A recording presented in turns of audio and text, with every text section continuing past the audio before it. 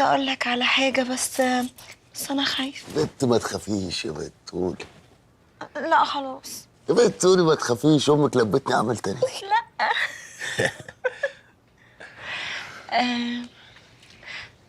أنا بتحبيني أوي بس أنا حامل.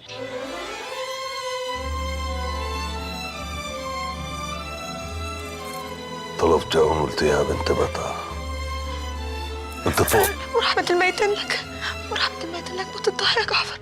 أنا آسفة والله غصب عني. أنا هنزله ورحمة أبويا هنزله والنبي. قومي قومي انزلي. طب اسمعني بقى. والله بتزعلي، قومي يلا.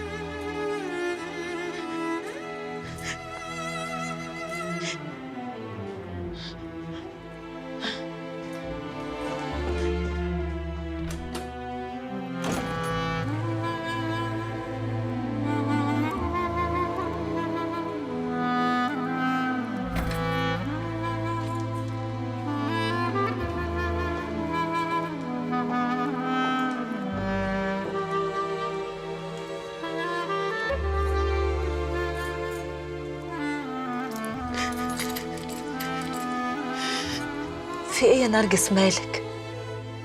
ما تنطقي يا نرجس، قلقتينا في ايه؟ جعفر كان هيطلقني. يطلقك؟ طبعا لازم يعمل كده بالنوم الغريبه اللي انت كنت نايماها وماسكه له ورده بلدي عامله كده ونايمه له كده في الارض. انا عايزه افهم حاجه، انت كنت حاطه المرتبه في الصاله ليه؟ ها؟ ممكن تقولي لي؟ يا ستي سيبك من المرتبه انت دلوقتي، قولي لي كان هيطلقك ليه؟ أصل عارف إن أنا حامل. حامل؟ انت حامل يا نرجس؟ قولي لها مبروك الاول، قولي لنا ولد ولا بنت؟ يا ستي استني في المصيبه اللي احنا فيها دلوقتي دي. انا اسفه، انا نسيت ان هو فرض عليكم ان انتم ما تخلفوش والحاجات الغريبه اللي مش عارفه انتم موافقين عليها ازاي. استني انت دلوقتي، كملي يا نرجس. حطيت إيدي على بقه قبل ما ينطقها بالعافية. بس أنا والله العظيم، والله العظيم هنزله ومش هسمع كلام أمي في أي حاجة تانية بعد كده. والله لا طبعا ما ينفعش تعملي اللي بتقوليه ده، انت لازم تمسكي في حقك، تمسكي في حقك كده. على فكره انا مش عاجبني اللي انتوا فيه ده خالص، احنا لازم نقعد نتكلم مع بعض كتير جدا. انتوا لازم تتغيروا، ما ينفعش تستسلموا له بالشكل ده. وعلى فكره بقى يا سوريا، انت اكتر واحده لازم تتغيري. بقول لك ايه يا عايده يا حبيبتي، انت شكلك تعبان، ادخلي انت ريحي في اوضتك جوه لحد ما احنا نتغير كده مع بعضينا ونبقى نناديلك. يلا. حاضر. ماشي. معلش.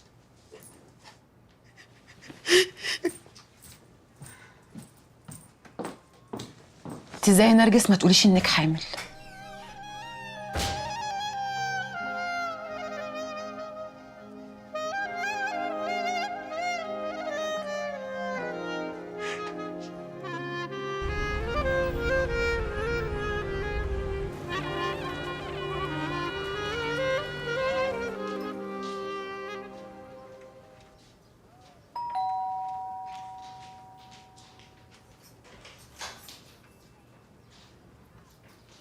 الحاج فين؟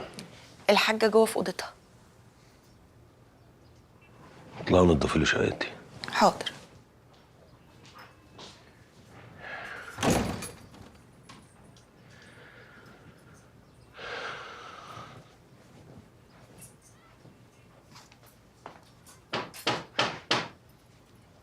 تعالى يا جعفر، عمالة أعمل جرد يا ابني، عمالة أتألف في البيت ده من الشغالين لسرية.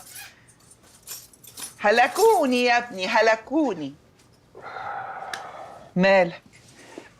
فيك إيه يا حبيبي؟ مالك يا جعفر؟ ربنا رحيم بعباده يا أما، بس خلقنا في دنيا قاسية أوي، دنيا ما بترحمش. فضفض يا حبيبي، فضفض. الجرح ده لا بيدبر ولا بيخف يا أما. عرفت حاجة عن ابنك؟ طيب في إيه بقى؟ نرجس حامل. قدر ربنا وفرجه. مبروك يا حبيبي مبروك. جعفر إياك يا ولد، إياك تكون قلت لها تنزله. ما قلتلهاش حاجة، سكت. وانا لما منعهم يحملوا ان شاء الله واحده فيهم حملت مش هقدر اقول لها سقطي، مش هقدر اغضب ربنا. نرجس حطتني في امتحان صعب، لا قادر اقول لها سقطي ولا قادر اقول لها هاتيلي الواد. انا مش عايز عيال يا اما، ابنك مش حمل وجع تاني.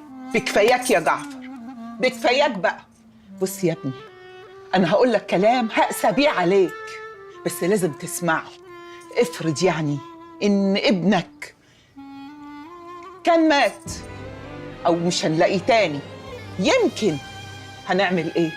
ده قدر ربنا، ده بلاءك في الدنيا. هنكفر؟ قدر ربنا يا ابني. ونعم بالله. نفسي اشوف خلفتك يا جعفر. خلفتي في ارض الله الواسعه يا اما. خلفتي في الدنيا بقالها 19 سنه مش عارف اوصل لها. قلبت على الدنيا 19 سنه بلف عليه مش عارف اوصل له. تخيلته في كل يوم فيهم، تخيلته وهو بيخطي اول خطوه في حياته ورجله مش شايلاه وايدي اللي سنداه. تخيلته وانا بوصله مدرسته اول يوم وبيعيط بقول له ما تسيبنيش يابا، وانا بقول له ابن جعفر العمده ما يعيطش. تخيلته في الاعداديه وانا باكله علقه سخنه وبيقولوا لابنك بيشرب سجاير. تخيلتهم تخرجوا من الجامعه يابا.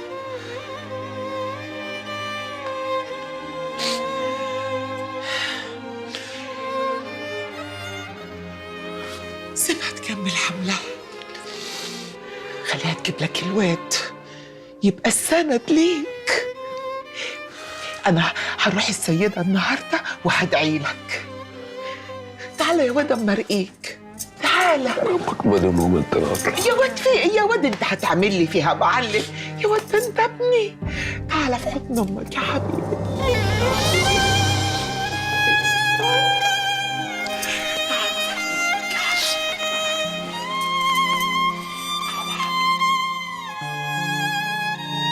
بس يا حبيبي.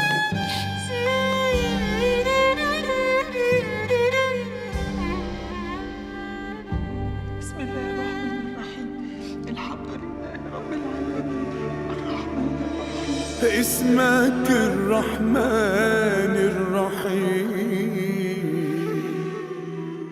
تجوز الرحمة على المقهور وعلي في خنقته محبوس، وعشان اسمك الجبار يا رب اجبرنا انا في كابوس. كتبت الرحمة على ذاتك واسمك وحده بركة ونور، وانا في روحي الامل ضلم وعلى المفقود سنين مكسور. انا التايه في سكك الحزن غيثني باسمك الهادي. انا اللي الدنيا عندتني ببنها مقفله قصادي، عالم باللي متكسر في روحي انجدني ضعفي داوي. انا عايش بروح فرقتني وانت الحي قلبي حي. ادي اخرة اللي يمشي ورا كلامك يابا، كان هيطلعني.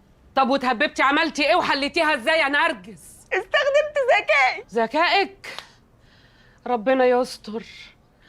استخدمتي ذكائك ازاي يا نرجس؟ حطيت ايدي على بقه قبل ما ينطقها. طب جدع، كويس انك شغلتي دماغك مره. لازم انزله يابا. ما قلتلك لا فيها تنزيل ولا فيها طلاق، بس اسمعي كلام امك. الا ما في مره سمعت فيها كلامك الا لما الدنيا اتهببت فوق دماغي. ما هو عشان تملي بتحطي حته من عندك يا نرجس. اسمعي يا بت، احنا هنختفي شويه لحد ما تولدي ونرجع بالواد، وهو هتبقي عملتي اللي في نفسك وخلفتي، وساعتها هتبقي ملكه في بيت جعفر، لانك هتبقي ام ابنه اللي في ريحه، مش ابنه اللي بيدور عليه. ومهما حصل مش هيعمل لك حاجه، ولنفرض حصل حتى حاجه يومين وهيروق. مش معقول اصله يمسك خلفته ويموته بايده. اطمني، بقول لك ايه يا دلال، ايه ده؟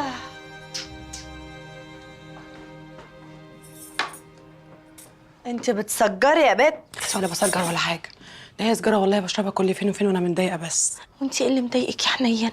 حياتنا انا وانتي كل واحده فينا شايله وجع كبير قوي محدش يقدر يستحمله،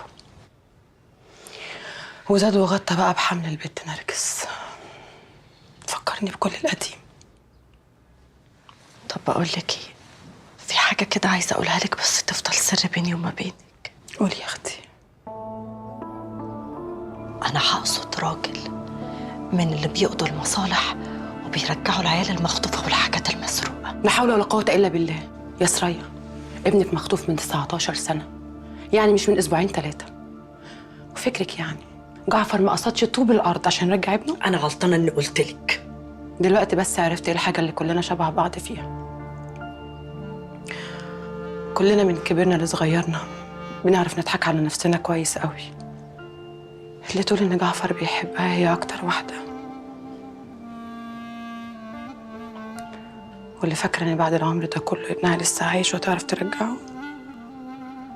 والهبله التانيه اللي قاعده خايفه وحاطه ايدها على خدها مرعوبه لجعفر يسيبها ويطلقها. حتى جعفر عايش السنين دي كلها فاكر ان ابنه لسه عايش وهيعرف يرجعه. لا، ورحمه اللي مات في بطنك ما تقولي كده تاني. انا حاسه ان الواد لسه عايش. طب هتصدقيني لو قلت لك ان حتى من قبل ما جعفر يقول لي كان عبد الجواد بيجي لي في الحلم ويستنجد بيا واحسه ان لسه موجود، بس كنت بعدها بستعيذ بالله من الشيطان الرجيم واقول يا بنت امال مين اللي انت بتروحي قدام القبر بتاعه وتقري له قران؟ بس هو عايش، او النبي انا عارفه عايش.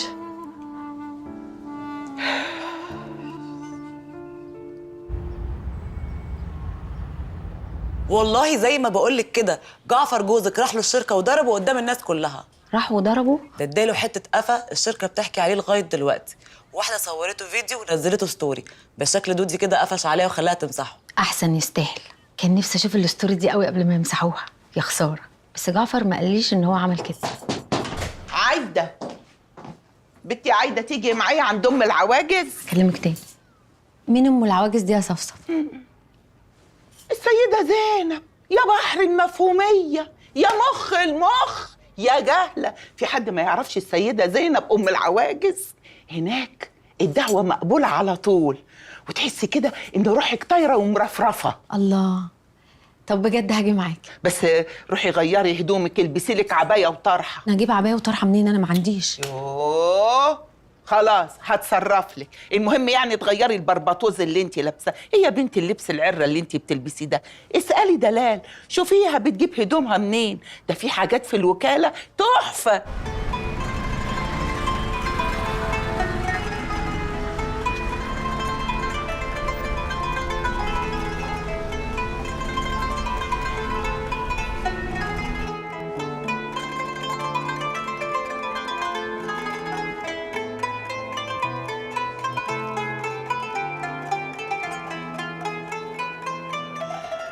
يا رب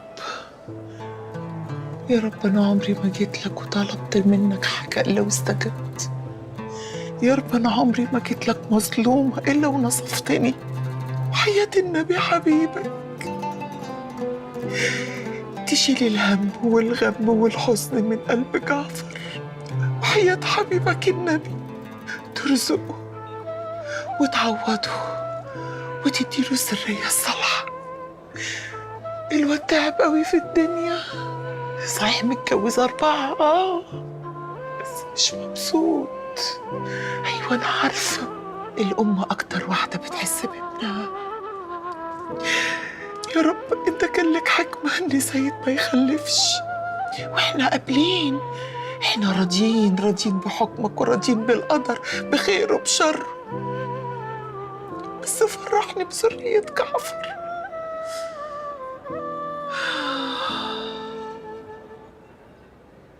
دعيتي يا عايدة؟ لا. طب ليه؟ ما تدعي. اقول ايه؟ قولي اللي جوه قلبك. مش عارفه ايه اللي جوه قلبي.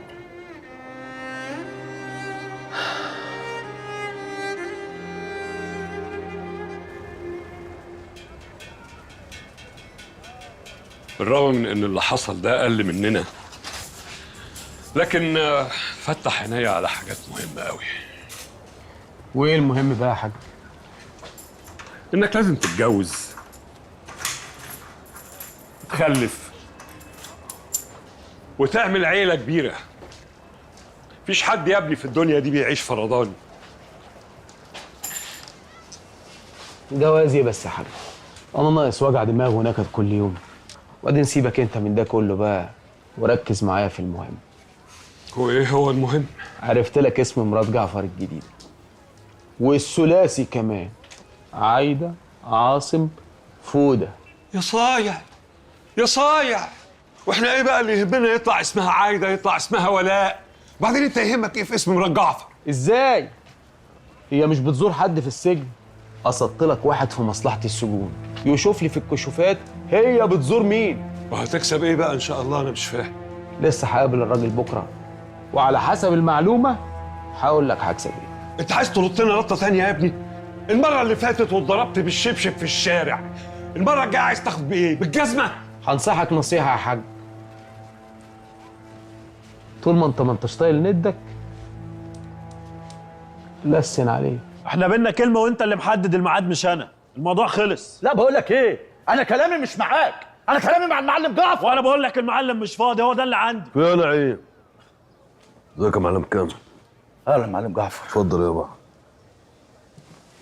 شربت حاجه ولا لسه؟ تشكر، ربنا يبارك لك. مش عايز. طب لا يا كلام يا معلم كامل، عايز افهمك حاجه. نعيم مش واحد شغال معايا، انت عارف انه واخد اخت نسيبي وابن خالي واخويا. يعني صوتك يا معلم كامل يعلى عليه كانه يعلى عليا انا بالظبط. لا عفوا يا معلم جعفر، حقك عليا يا نعيم، انا اسف. وامر يابا، ايه المطلوب؟ كل ما في الموضوع انكم ليكوا عندي 500,000. تعذرت في السداد، مفيش بيع ولا شراء وانت سيد اللي عارفين، السوق نايم. اللي عندك يزيد يا معلم كامل. تعيش. امر. 500 زيهم. عناية دي قبل عناية دي. تعيش يا معلم جعفر. بعد اذنك يا معلم نعيم، بكره الصبح هيعدي عليك المعلم كامل بنفسه ويبعت حد من رجالته تكون مجهز له 500,000 نقدي. يا معلم جعفر يعني بس الصبح على ما نطلع. نعيم، معلم كامل خيره على الكل. حاضر يا معلم جعفر. طول عمرك ابن اصول يا معلم جعفر. تعيش. اقل واجب يا معلم. السلام عليكم. شرفت ونورت ابو المعلمين. السلام ورحمه الله وبركاته. اللهم انا نعوذ بك من السلب بعد العطاء. ودائما لوجه الله. ليه يا جعفر عملت كده؟ يعني انت ما تعرفش المعلم كامل؟ الراجل كان من اتقل معلمين القاهره، من اغنى اغنياء مصر. الدنيا جت عليه، ولما الدنيا بتيجي على حد كان معاه قرش بتبقى صعبه على نعيم. ممكن يتجرح من اقل كلمه، لو قلت له صباح الخير تجرحه. هفضل انا اعلم فيك لحد امتى؟ عايز مخك يبقى كبير.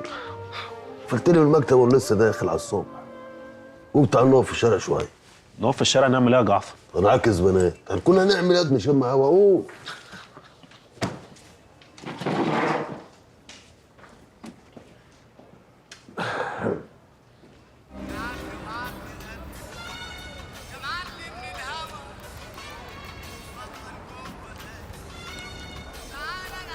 ايه الحظ ده؟ صادق اوطى خلق الله. طب واما انا اوطى خلق الله انت تبقى ايه؟ حبيبي يا بلا، يا والله زمان يا غالي. يا عامل ايه؟ وحشني والله. وانت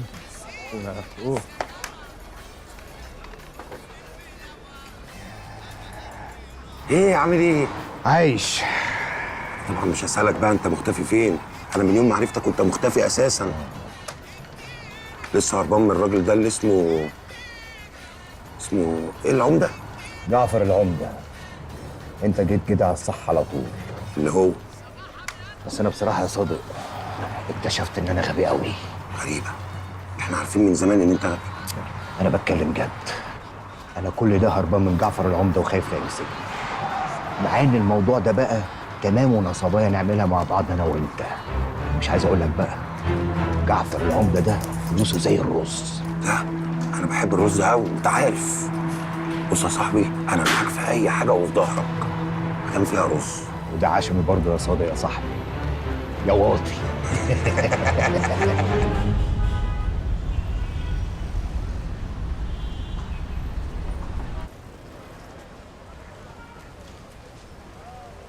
حاجة انت حبيتي البت عايدة؟ انا لا بحب ولا بكره. انتوا بالنسبه لي عاملين زي التلفزيون والراديو، بتسير معاكوا بتسلوني اهو، بتعملوا لي صداع وخلاص. لكن مشاعر وكده لا، ما تلاقيش. طب انت حبيتيها اكتر مني؟ في ايه يا دلال؟ ايه الحوار الغريب ده يا بنتي؟ الكلام ده تسأليه لجعفر مش ليا. ايه اصله ده؟ بس الحق يتقال يعني. انت معزتك من معزة البت صباح. انت اكتر واحدة بحبها من مراتاته كلهم، مش عشان يعني انت بنت بيضة وحلوة كده وبتستحمي مرتين في اليوم، لا لا لا، عشان مطبلاتية درجة أولى. بس أنا عايزة أقول لك حاجة، البت كمان سوريا لو واقفة مكانك دلوقتي هقول لها نفس الكلام، هقول لها ده أنا بموت فيكي. حتى المقيحة نرجس هقول لها أعمل إيه يا أختي؟ ما هو ابتلاء، اتجوز لي 4، هعمل فيكوا إيه يعني؟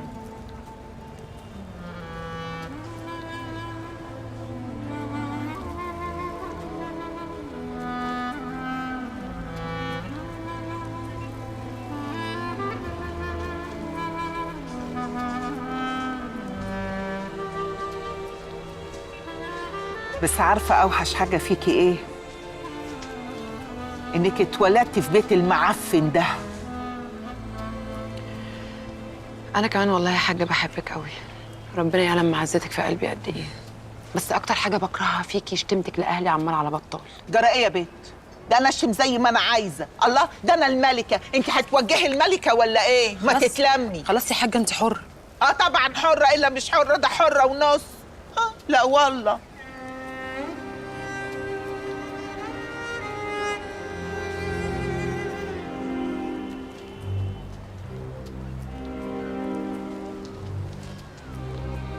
حاج ابويا دخل عمارتنا. جاي يعمل ايه ده؟ ما اعرفش.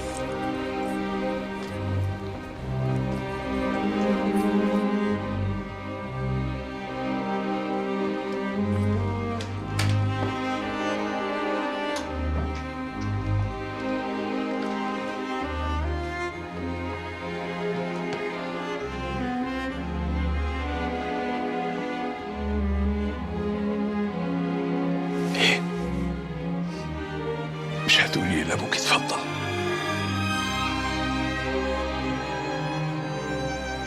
انا خلاص ما بقتش قادره على العيشه دي يا سعيد، والله ما انا قاعده لك فيها، ونعمل اموت نفسي يا سعيد. بعد الشر عليكي، ايه اللي يرضيك يا بنت الحلال وانا اعملهولك؟ هي حاجه من الاثنين يا سعيد، يا تطلع دفتر الشيكات يا اخويا وتكتب لي شيك ب5 مليون جنيه عشان البيوتي سنتر بتاعي، يا اما انا وانت ننزل عند المأذون ونطلق وكل واحد فينا يروح لحاله. ايه نطلق ايه وكل واحد يروح لحاله ايه؟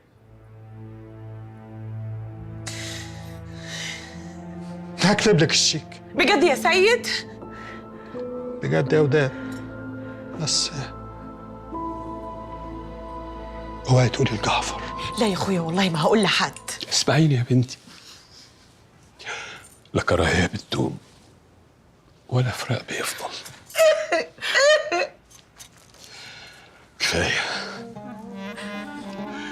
كفايه سنين عدت وانتي حارمه ابوكي منك،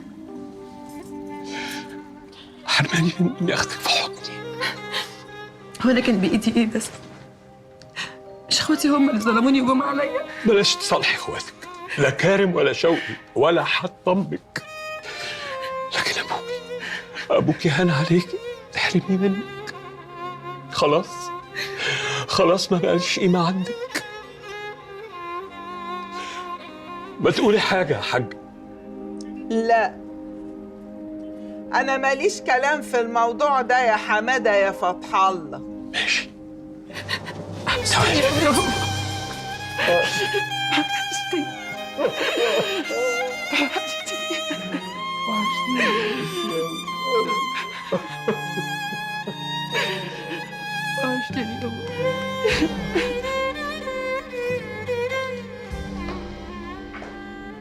كنت فين يا حماد؟ كنت في القهوة. كنت في القهوة؟ كنت محصور يا شريفة. أعمل إيه؟ الله ما طلعتش فوق ليه؟ أهو اللي حصل يا شريفة. خلاص. يا مساء الفل على احلى حاج وحاج. حبيبي كويس انك موجوده. مالك يا واد فرحان كده ليه؟ عندي ليكوا اخبار زي العسل. انا عرفت مرات جعفر العمده الاخيره بتزور مين في السجن. مين يا واد؟ ابوها. ابوها طلع رجل اعمال كبير قوي، بس متنيل ب60,000 نيله. مسجون في قواضي وديون كتير مش عارف يسدها. الغريب بقى يا حاج ان جعفر سايبه مسجون، بالرغم ان الراجل ده لا مسجون لا في قتل ولا في سرقه. يعني ممكن يسدله الفلوس ويخرجه. يا ابني انت، انا مش قلت لك قبل كده مالكش دعوه بمرات جعفر العمده؟ انا كده يا حاج ما برتاحش غير لما بنكد عليه. ولسه لما شوقي يخرج هنكد عليه بجد ان شاء الله يا حاج.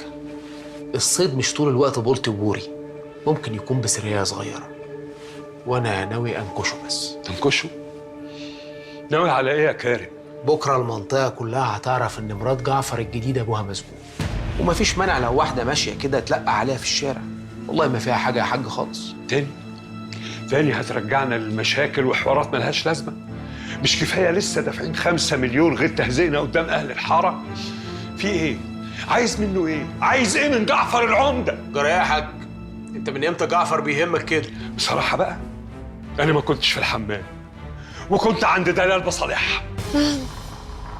صلحتها يا حماده؟ ما ترد يا حاج. ايوه صالحتها. دلال بنتي، كان لازم اصالحها. يا رب هي تسامحني.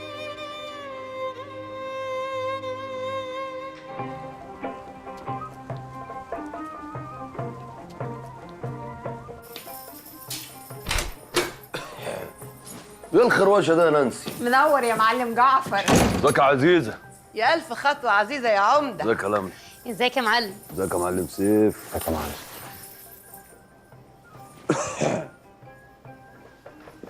بقول لك ايه، عديت عليك في المكتب ما لقيتكش.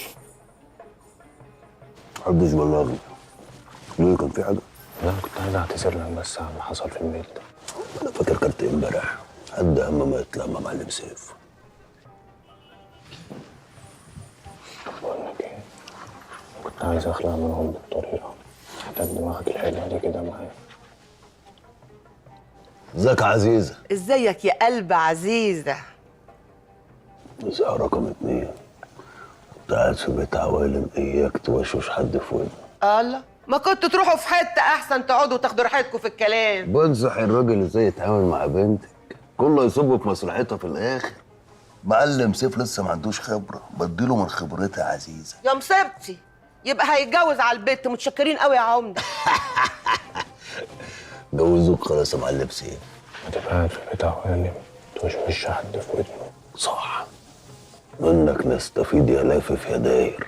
لكن ليه انت عمي انت نبقى حبايب.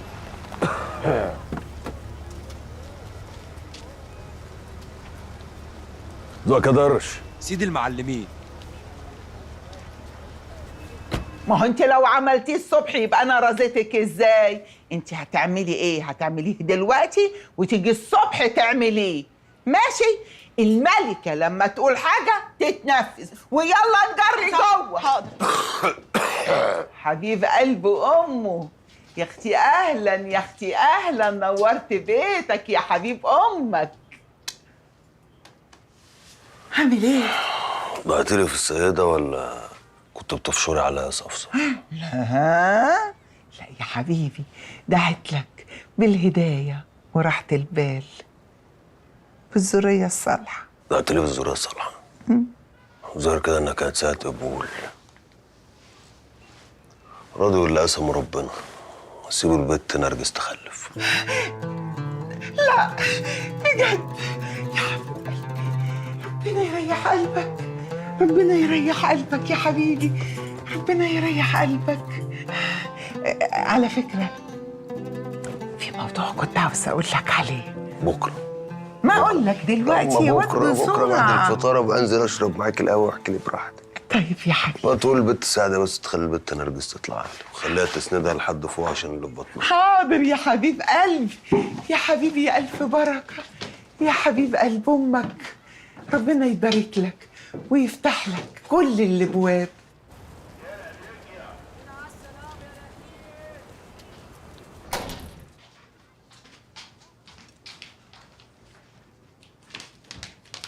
السلام عليكم. وعليكم السلام ورحمة الله وبركاته. خير يا سعدة، في ايه؟ المعلم جعفر عايز الست نرجس تطلع له فوق. بس النهارده ليلتي. انا مالي، هو قال للحاجه تقولي ان انا انده على الست نرجس تطلع له. قولي للحاجه تقول له ده ظلم، افترى، قهر. حاضر.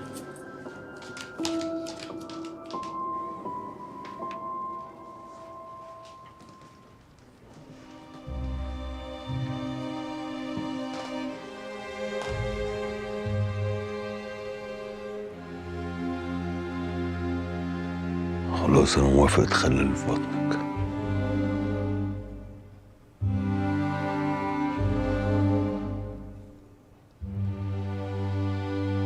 بس أنا نزلته.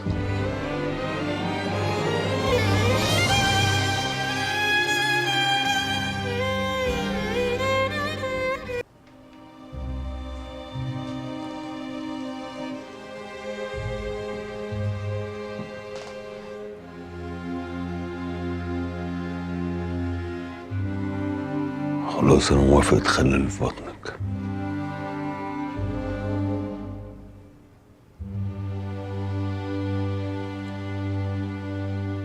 بس أنا نزلته. أنا ما كنتش أعرف إنك هتقولي كده، بس أنا ممكن أحمل تاني، بس والنبي ما تطلق.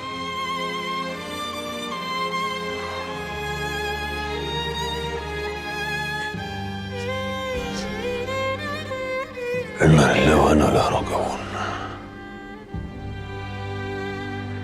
غابت من عند ربنا.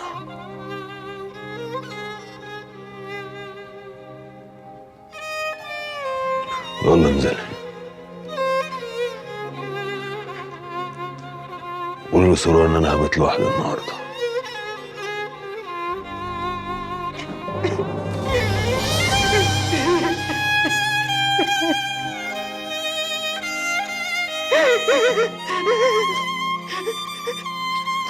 مفيش حمل تاني. لا تحمل هطلعها. تفتحيش عليا فتوحة عشان خاطر انا ارجس.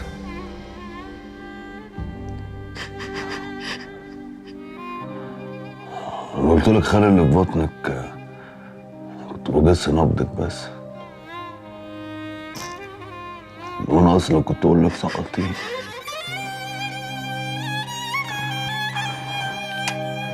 يلا اتكل على الله.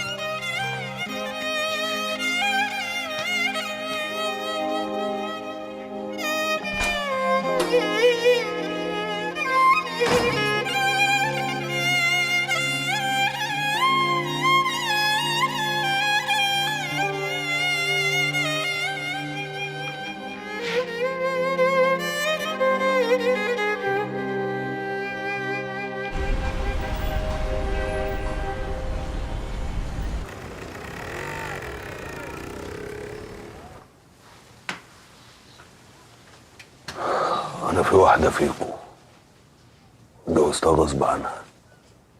لا طبعا يا اخويا. مش كل واحدة فيكم اتجوزتها كان بشوقها ومزاجها. حصل. قد ما أقدر قدام ربنا بعد ما بينكم ما بفرقش في المعاملة.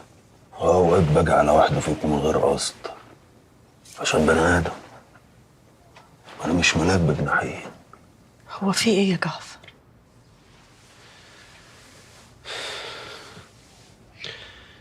في إني ما نمتش من امبارح يا سوريا. دماغي تعبتني. باخد ودي مع نفسي. قلت بدل ما اتجنن انزل اكرر الكلام اللي كنت بقوله مع نفسي. تريحوني. انا زي راجل في الدنيا نفسه بقى عنده عيال. بس جربت مرة والتانية مش هتوجع تالت. مش عاوز اظلم قدام ربنا.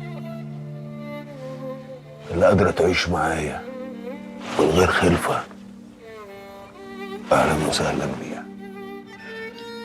مش هتقدر كله حب ورضا تتطلق وحقها تاخده بزيادة، إنما الواحدة فيكم تحطني قدام الأمر الواقع زي ما نرجس عملت. قسما بالله ما هقبلها تاني. ما تقولش كده يا جعفر، انت الراجل اللي عشت عمري كله بتمناه. وانا كمان يا جعفر مقدرش اعيش من غيرك ابدا. انت مش عارف الايام اللي انت كنت رامي عليا اليمين فيها عدت عليا ازاي. دي كانت ايام سودة اسود من قرن الخروب. وانا كمان يا جعفر مش هسيبك لحد اما اموت، والله مش هعمل اي حاجه تانية تزعلك والله. الكلام ده ليه انا كمان؟ ايه؟ الكلام ده ليه انا كمان؟ كلام ايه؟ يعني هتنفذ الاتفاق اللي بيننا لو اتطلقنا؟ اتفاق ده يا عايده؟ ان انت ما اتفقتيش مع رجاله قبل كده ده حاجه ترجع لك انت. متفق مع جعفر العمده، كلمتي واحده قلتها لك قبل كده. عايزه تطلقي تلمي هدومك وتتكلي على الله. يا اختي الطلاق يكون احسن برضه. طلق احسن، طلق احسن، خلينا نخلص. جعفر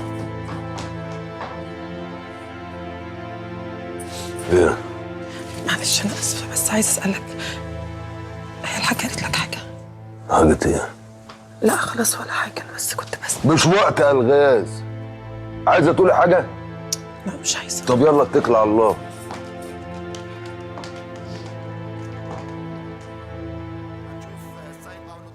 حكم ظالم.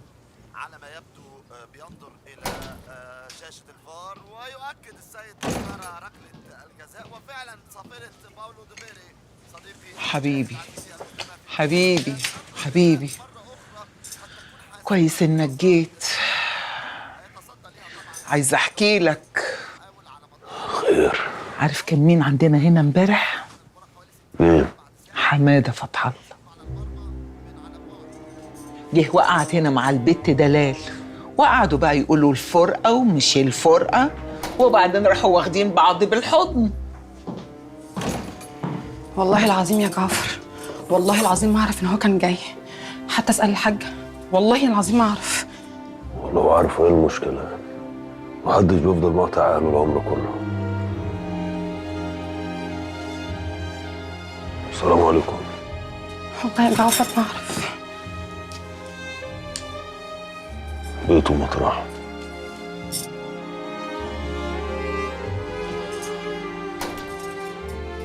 في ايه يا دلال؟ ماله جعفر؟ استغفر الله العظيم. نرجس مالها؟ سقطت. ايه؟ يا ضنايا يا ابني. جمعنا كلنا وقعدنا قدامه وقال لي عايزه تطلق تتطلق، بس ما حدش فيكم يجيب سيره الخلفه تاني قدامي. عيني عليك يا جعفر، شايل الهم يا حبيبي ومحدش حاسس بيك. كلنا في الهوا سوا يا حاجه. قطعوا عنك الهوا، قعدتي ما قمتيش يا بعيده. كل ده بسببكم انتوا، بسبب عيلتك. ما هنهوش على عيل من عياله. لا يا حاجه، ما حدش عارف فين الحقيقه. وحتى لو عرفناها تفتكري هنرتاح؟ عمر الحقيقه ما ترجع العمر اللي فات ولا تحيي الميت. جعفر يا حبيب قلبي، من وهو صغير يبقى فيه اللي فيه، ويبقى واقف كده صالب طوله كأن مفيش حاجة. عارفة لما الحاج عبد الجواد مات، الواد سيد نزل بعديها ب3 شهور. جعفر نزل تاني يوم ووقف شادد طوله ولا كأن ميت له ميت، بس كان بيرجع كل يوم يقفل الباب على نفسه ويقعد يعيط. والله يا حاج احنا كنا عايشين كويسين ولا عندنا مشاكل، ما دخلش بيتنا الهم ولا الحزن ولا القرف غير لما البت اللي اسمها عايده دي دخلت بيتنا. عايده وايه دخل عايده بالموضوع؟ ادامها نحس، ادامها نحس علينا. ده غير بقى ان هي اللي بقت على الحجر، يحزن لحزنها ويفرح لفرحها، مبقاش شايف حد غيرها. وانا بقى مش هضحك على نفسي اكتر من كده. احنا لازم نعمل اي حاجه يا حاج عشان البت دي تتطلق. ايه يا بنت الجحود اللي جواكي ده؟ انا عارفه انك واطيه، بس الجحود ده عمري ما شفته. انا جحدت من يوم ما رجلها خطت عتبة بيتنا، وانا بقولها لك اهو يا حاجه، يا انا يا هي. ابوكي لابوها.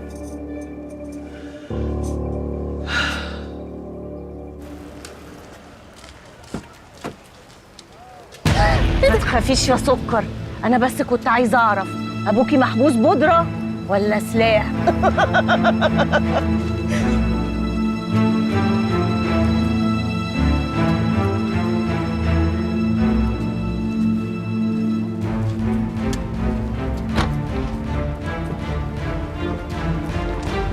في ايه بتجري كده ليه؟ وانا بركب العربيه في واحده ست شكلها غريب قوي، قالت لي انت ابوكي مسجون، وقالت لي كلام وحش قوي على بابا. انا خايفه. واحدة من المنطقة هنا؟ ما اعرفش. روح انت زور ابوك.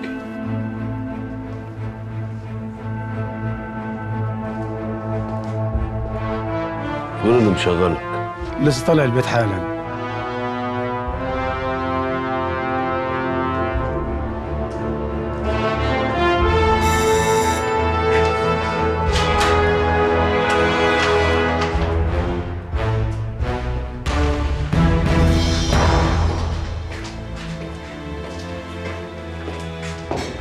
حلو ان انتوا الاتنين قاعدين عشان كلامي ما تكرروش.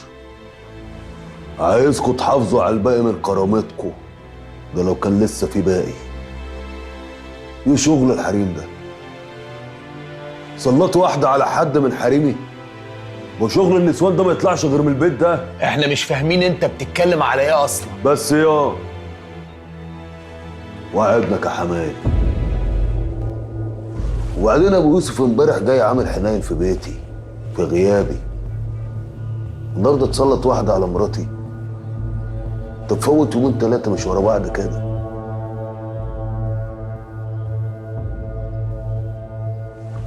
خدوا بالكم على نفسكم. اللهم بلغت، اللهم فشل. جعفر، ايه يا؟ خلي بالك ان اللي في السجن اكيد هيخرج. قالوا له الحماره مش عايزه تشوفي خلفتك، قالت لهم لا، ما اكيد مش غزال.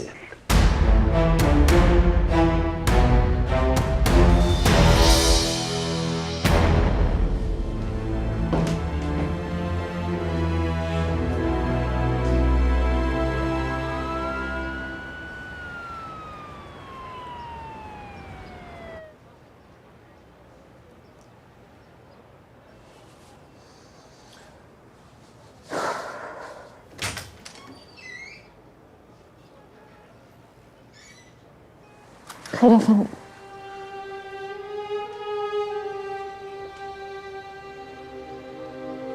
هو في حاجة حضرتك؟ أنا رحت علشان أشوف بابا، قالوا لي مفيش زيارة دلوقتي، وقالوا لي المكتب عند حضرتك. أبويا كويس؟ هو الحقيقة أنا مش عارف أجيبها لك إزاي، لكن البقاء لله. والدك توفى في الزنزانة من نص ساعة، والدكتور كشف عليه، وإحنا مستنيين قرار النيابة وتصريح الدفن. إن شاء الله هتدفنيه النهارده. شد حيلك، أعمار بيد الله البقاء.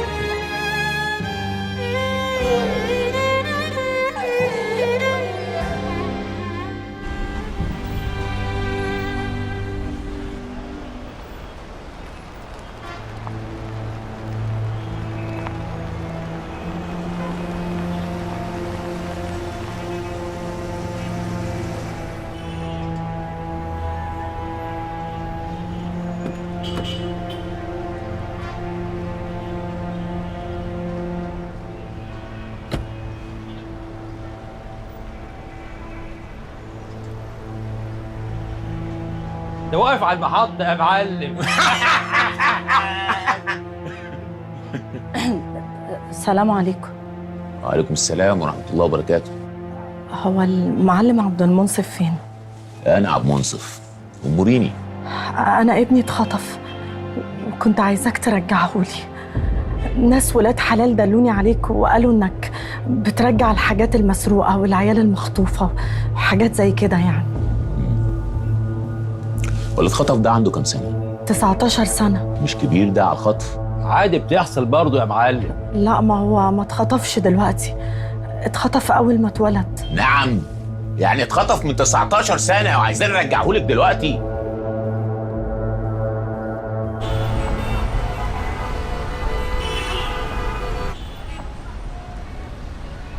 عدم المؤاخذة يا ست الكل، ما كنتش أعرف إنك مرات المعلم جعفر العمدة، ده أنت على راسنا من فوق. المعلم جعفر العمدة ما سمعناش عنه غير كل خير. بس أنا مش عايزة جعفر يعرف إن أنا جيت هنا. وماله؟ اللي تقوليه يمشي على راسنا كلنا، اعتبريه حصل. وأنا بعون الله خلال أسبوعين ابنك يكون عندك، بس يكون عايش بس. أصل يعني لا مؤاخذة ما حدش جالي يدور قبل كده على عيل تايه من 19 سنة. لا لا لا، إن شاء الله عايش وإن شاء الله هتلاقيه. إن شاء الله. بس والنبي صحيح موضوع أسبوعين ده؟ طبعا. أنت ما سألتيش عليا قبل ما تيجي ولا إيه؟ لا لا لا سألت، والله سألت طبعا، عشان كده جيت لك على طول. إذا كان كده يعني هنحتاج شوية مصاريف عشان نعرف نتحرك. وأنا مستعدة لأي مصاريف. طب بالصلاة على النبي إحنا هنحتاج 250,000 كده مقدمة، وبعد ما نجيب لك الواد إن شاء الله يبقى لينا الحلاوة وأنت وذوقك. 250,000 كتير؟ لا لا لا، أنا هتصرف وهجيبهم. وأنا هستناك. ماشي، شكرا يا معلم. العفو. شكرا، السلام عليكم. وعليكم السلام ورحمة الله وبركاته. بالسلامة يا ست الكل. انت بجد هتعمل اللي بتقول عليه ده ولا ايه؟ دي مرات جعفر العمدة، شكلك هتفتح على نفسك فتوحة. وانا كنت ضربتها على ايدها عشان تجي لي، هي اللي جت لوحدها.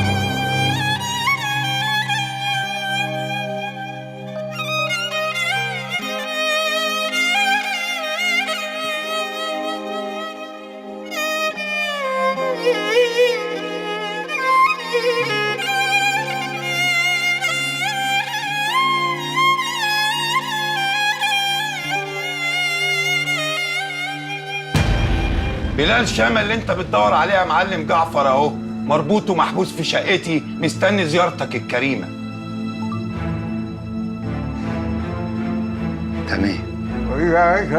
ايه؟ يا غاوي يا جدع ما تقول في ايه؟ يا غاوي يا اخويا انت طلعته.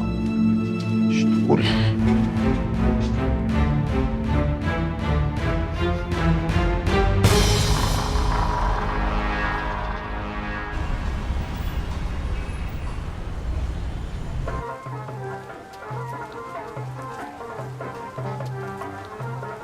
والنبي لا تروق يا سيد الناس، يا سيد المعلمين. ايه دي بسيطة قوي، ده احنا اولنا نطفة واخرنا اسم الله على مقامك حتة جيف. قالوا لك يا عزيزة مش هنعيش قد اللي عشناه. انت اخياني منك، انت حويط تجيني زعلان وافضل احاول اشد منك الكلام ابدا، تلف وتدور وتلوعني وتمرهمني وتقوم تروح وانا قاعده زي العبيطه مش فاهمه اي حاجه. مش معلم وسيد المعلمين كمان، بس صدقني كل مشاكل الدنيا هم حاجتين اتنين، الفلوس والنسوان. وانا بقيت زهد الاتنين يا عزيزة، مفيش حاجة بقت تفرحني لا فلوس ولا نسوان. طب والحته الجديده؟ علمة علمه بكل حاجه. الحتة الجديدة لسه ما زهقتهاش. طيب أقول لك إيه؟ نعم. صحيح عايزة تتجوز الواد سيف ده لبنتك؟ ده يبقى يوم المنى يا معلم. واد كسيب، لا وايه، ايده فرطه، اللي في ايده مش بتاعه. والبت الحماره دي عماله اقول لها كوشي يا بت على اللي معاه، شيليهم ما تخلوش يدي لحد، مش عارفه تعمل حاجه. والواد حق الله صريف على حق.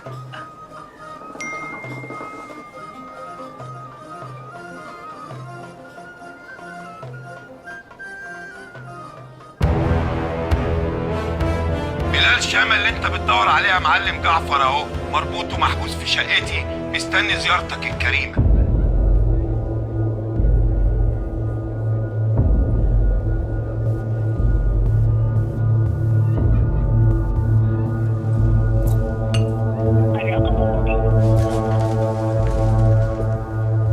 سلام. سلام يا جماعة.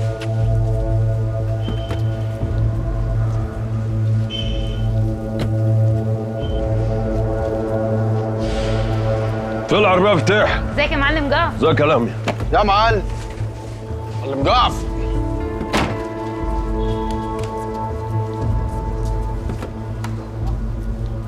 انت ايه يا ابني كده ما شفتليش حل في اللي قلت لك عليه؟ تليفون مقفول. تليفون ايه ده؟ حد بعت لي حاجة وقفل التليفون. عايز أوصل لصاحب الرقم. طب ما تقلقش محلول، اعرف انا اجيب لك مكانه.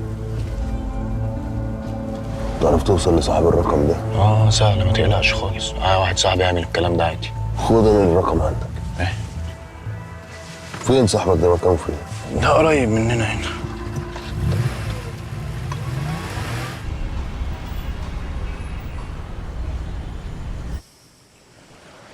الأعمار بيد الله يا عايدة. صدقيني يا حبيبتي ربنا رحمه، هو أكيد كان تعبان في الحبسة اللي شافها جوه. الله يرحمه.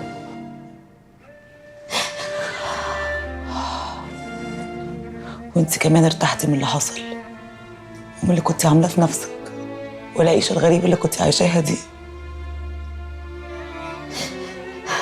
كل ده كان عشان خلاص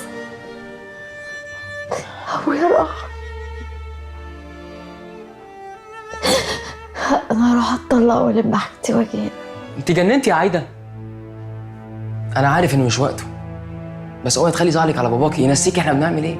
أنت خلاص دخلتي المغامرة ومشيتي نص الطريق، فإيه اللي يمنع بقى إنك تكملي ويبقى معاكي ملايين وتعيشي بقية حياتك مرتاحة؟ أنت لسه عايدة ما شفتيش الحياة صعبة إزاي، مش زي ما أنت كنت عايشة ولا زي ما أنت فاكرة. استحملي يا عايدة، استحملي عشان ما تتبهدليش. وهو كده كده مش عارف إن أبوكي مات. اللي معاه فلوس عمره ما بيتهان، إنما اللي ماشي جيبه فاضي بيبقى ملطشة اللي يسوى واللي ما يسواش. وأنت أكتر واحدة عارفة صحابك عملوا معاكي إيه، ده لما فلستي طبعا.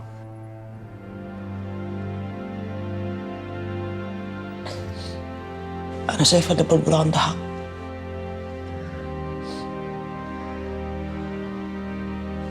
اللي تشوفوه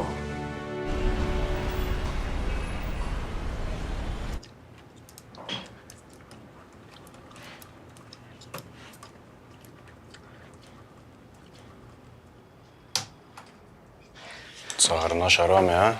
معلم جعفر ده صاحبي. بص يا سيف، انا بعت له لينك على الموبايل بس هو لسه ما فتحش. اول لما هيفتح الموبايل اللينك هيشتغل لوحده وهنعرف مكانه بالسنتورز. متقلقش محلول ان شاء الله. هو مين ده اصلا؟ وانا قلت لك رقم جاله منه رساله وبعد كده التليفون اتقفل. صاحب الرقم ده امانه عنده. ايه هي بقى يا معلم الامانه دي؟ اسكت حبيبي اسكت اسكت.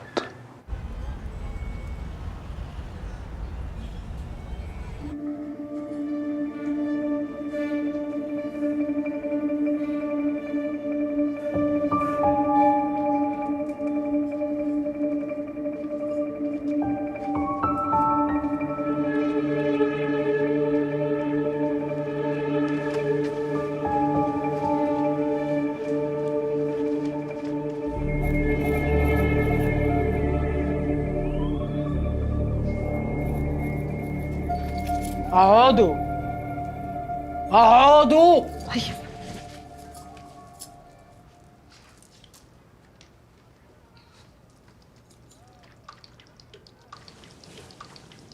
أما هي بتعمل ايه يا أما؟ وايه المنظفات دي كلها وايه الطشت ده؟ مش عارفة، الشغل ده جديد عليا.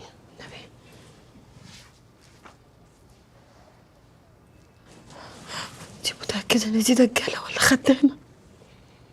شكلها بتليف الأسياد.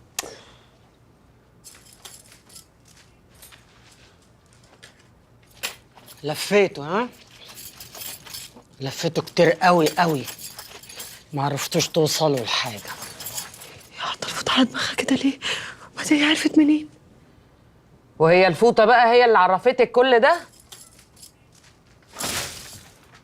عارفين ما عرفتوش توصلوا ليه؟ ليه؟ عشان كنتوا بتتحركوا في الطريق الغلط.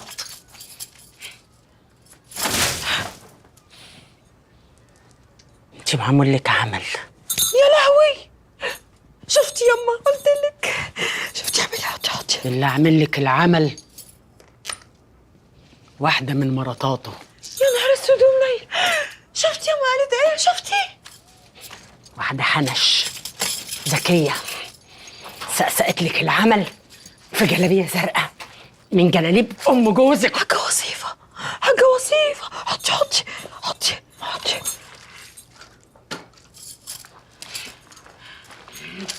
ايوه هي وصيفة، لازم تجيبي لي الجلابية الزرقاء بتاعتها عشان الحق افك لك العمل وتستريحي يا بنت الناس. لازم تستريحي، لازم. الحقيقة يما الولية بتغرق. يلا اجري يما. يا لهوي.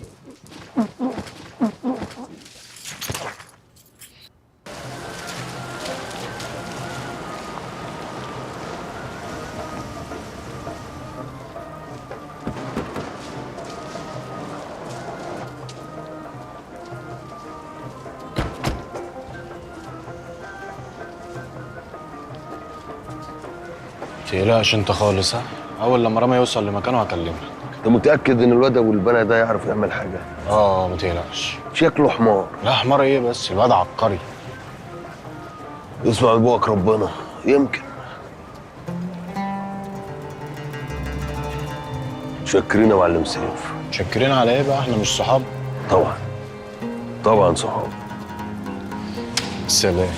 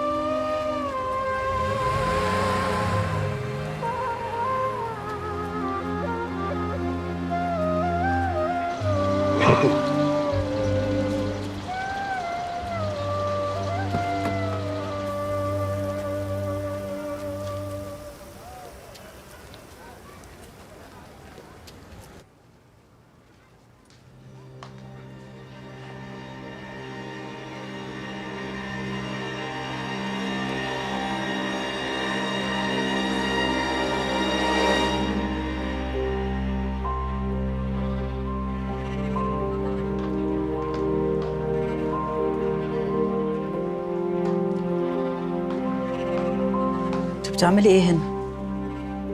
البت عايدة دي وراها حاجة وانا لازم اعرفها، وحتى لو مش وراها احنا نخلي وراها. عايدة مش هترتاح غير لما تخرب بيتنا. انت عارفة الاتفاق اللي بينها وبين جعفر اللي قالت عليه قدامنا كان ايه؟ ايه؟ اكيد انها تطلقنا احنا التلاتة يا اختي، مش محتاجة نباهة.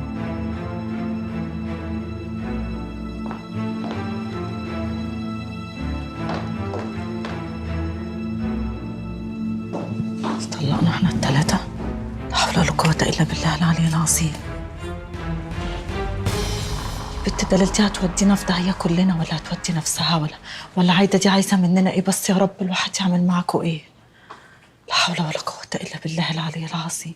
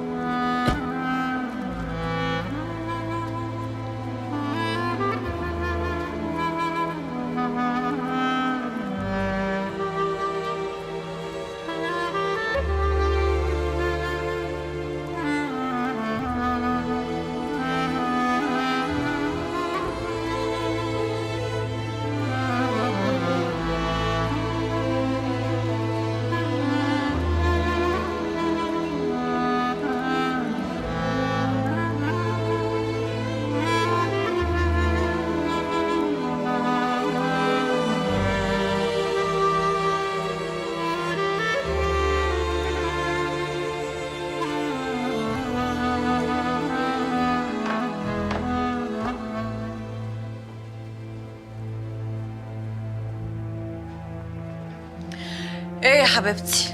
انا احترمت طلبك وما قلتش لحد ان انا شفتك في السجن، بس ده بقى مش معناه ان انت تزقي عليا حد عشان يعايرني ببابايا.